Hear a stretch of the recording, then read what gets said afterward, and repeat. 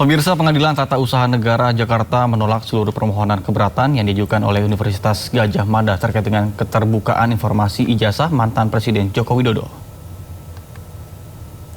Putusan ini menguatkan penetapan Komisi Informasi Publik yang mewajibkan UGM membuka dokumen akademik Jokowi kepada publik.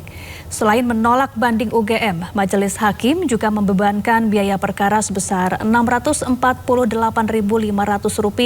kepada pihak UGM. Dalam pertimbangan hukumnya, Majelis Hakim PT UN Jakarta menegaskan hak masyarakat untuk mengetahui riwayat pendidikan pejabat negara mengalahkan klaim kerahasiaan data pribadi. Hakim menolak dalih UGM yang mempermasalahkan batas waktu permohonan informasi serta alasan perlindungan data pribadi. UGM kini wajib menyerahkan dan membuka seluruh dokumen akademik Joko Widodo ke publik. Bertanda tangan, berkopsu. Pemirsa, sidang pra-peradilan Roy Suryo Jilid 3 kembali digelar di Pengadilan Negeri Jakarta Selatan. Ya, kali ini Roy Suryo menghadirkan ahli pidana terkait dengan permohonan atas ganti rugi penangkapannya.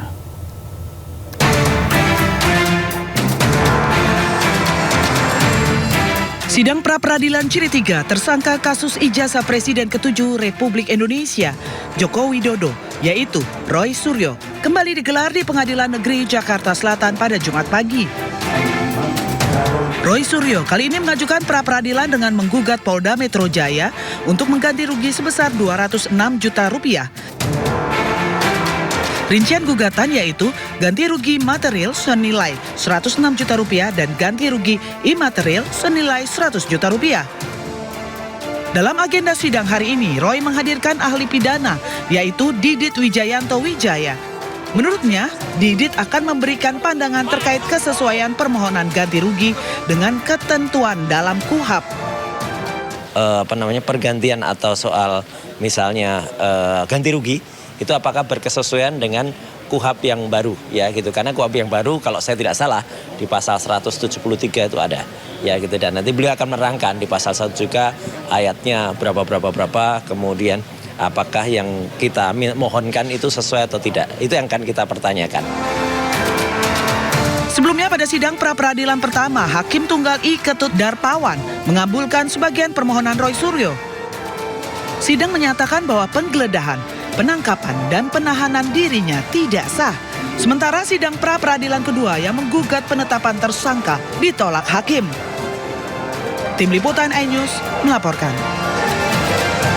Pemirsa, Presiden Prabowo Subianto mengajak seluruh unsur elit di semua bidang untuk bersatu demi kemajuan Indonesia. Ya, pesan tersebut disampaikan Prabowo saat berpidato di hadapan Kadin di Istana Negara Jakarta. Prabowo pun tegaskan keberhasilan suatu bangsa sangat ditentukan oleh kemampuan para elitnya untuk bekerja sama. Menurutnya, negara yang elitnya terpecah dan terus bertikai berisiko menjadi negara gagal. Terkait hal tersebut, seluruh potensi nasional harus disinergikan agar mampu mendukung kemajuan Indonesia. Minum kopi sebentar ya. Saya sudah diminta kalau turun jadi presiden. Yang kita belajar adalah memang perlunya suatu sinergitas antara elit.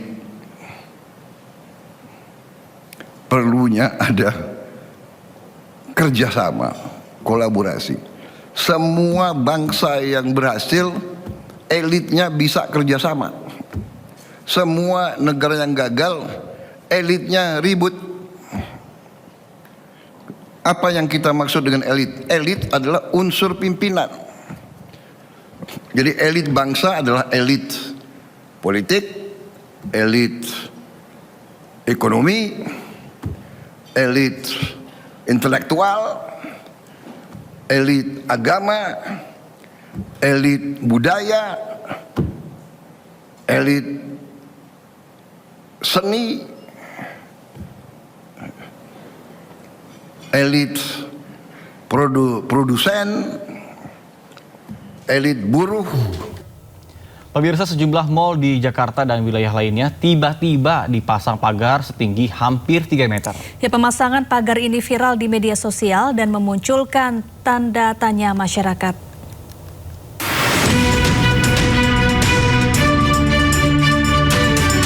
Pagar setinggi sekitar 2,5 meter terpasang di salah satu mal di kawasan Jakarta Selatan. Pagar terpasang tepat di dekat pintu masuk utama mobil di Jalan Raya Casablanca. Saat ini pagar besi yang terpasang bersepanjang sekitar 100 meter. Pagar didesain khusus dengan bagian atas menyudut dan lancip. Tidak hanya di Jakarta, salah satu mal di Bekasi, Jawa Barat juga memagari malnya. Seperti yang terjadi di mal di kawasan Pekayon Jaya, Bekasi, Jawa Barat. Terlihat pagar logam cukup tinggi memagari setiap sisi bangunan. Menanggapi banyaknya mal yang tiba-tiba memasang pagar, Polda Metro Jaya mengaku belum menerima pemberitahuan terkait adanya aksi massa yang diduga melatar belakangi pemasangan pagar pada sejumlah mal. Terkait tentang pagar, dalam situasi Kamtibmas, sampai saat ini Polda Metro Jaya masih belum menerima surat pemberitahuan terkait tentang aksi yang ada. Tetapi tidak berhenti di situ, Polda Metro Jaya melalui Direktur Operasional tetap melakukan pemantauan secara dunia maya digital, yaitu melalui Dirres Siber termasuk Reskrim Kita akan melihat flyer-flyer ataupun ajak-ajakan. Ini hanya sekedar lempar flyer atau memang akan ada gelombang aksi.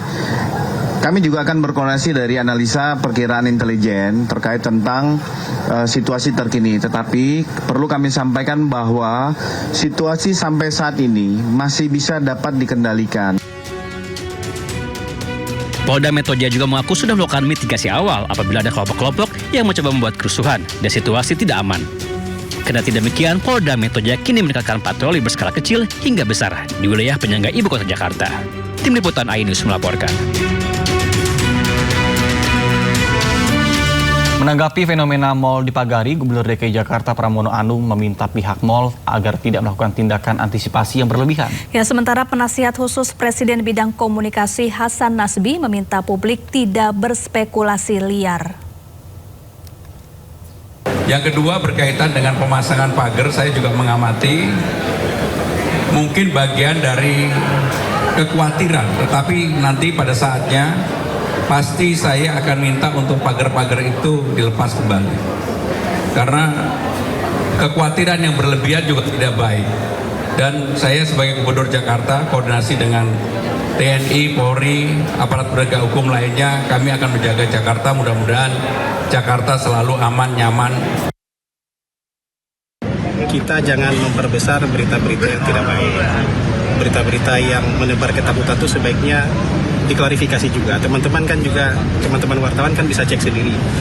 Bisa bikin cek fakta benar nggak fear-mongering yang sedang beredar itu, ketakutan-ketakutan yang sedang beredar itu betul-betul nyata apa tidak. Karena teman-teman bisa cek di lapangan. Saya rasa kita harus optimis ya. Keadaan negara kita baik.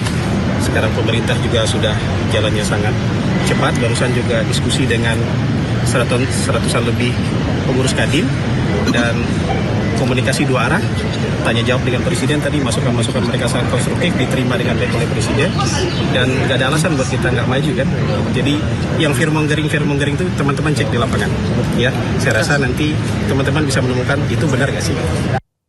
Pemirsa, Pengadilan Tata Usaha Negara Jakarta menolak seluruh permohonan keberatan yang diajukan oleh Universitas Gadjah Mada terkait dengan keterbukaan informasi ijazah mantan Presiden Joko Widodo.